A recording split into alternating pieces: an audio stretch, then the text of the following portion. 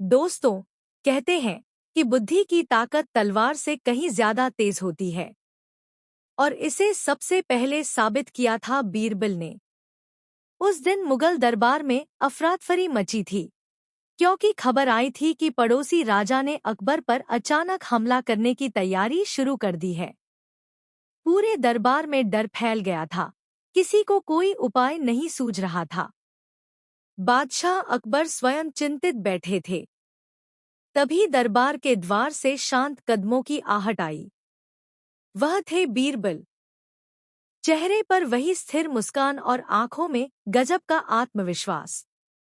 अकबर ने घबराकर पूछा, बीरबल, साम्राज्य संकट में है, क्या कोई रास्ता है? बीरबल बोले, जहां बुद्धि चलती है वहां युद्ध रुक जाता है। मुझे केवल एक दिन दीजिए। और दोस्तों, बिना सेना, बिना सुरक्षा, बीरबल अकेले ही पड़ोसी राज्य की ओर निकल पड़े।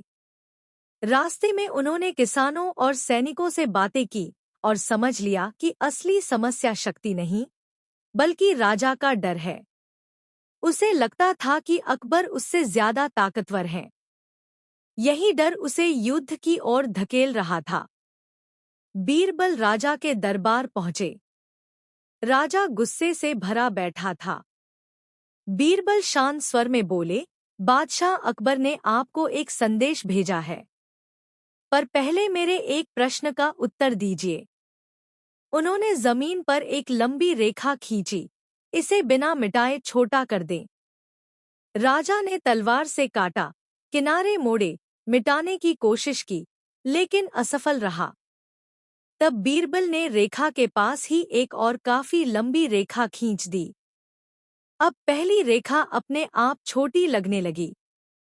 बीरबल बोले, महाराज, दूसरों को छोटा करके आप बड़े नहीं बनते।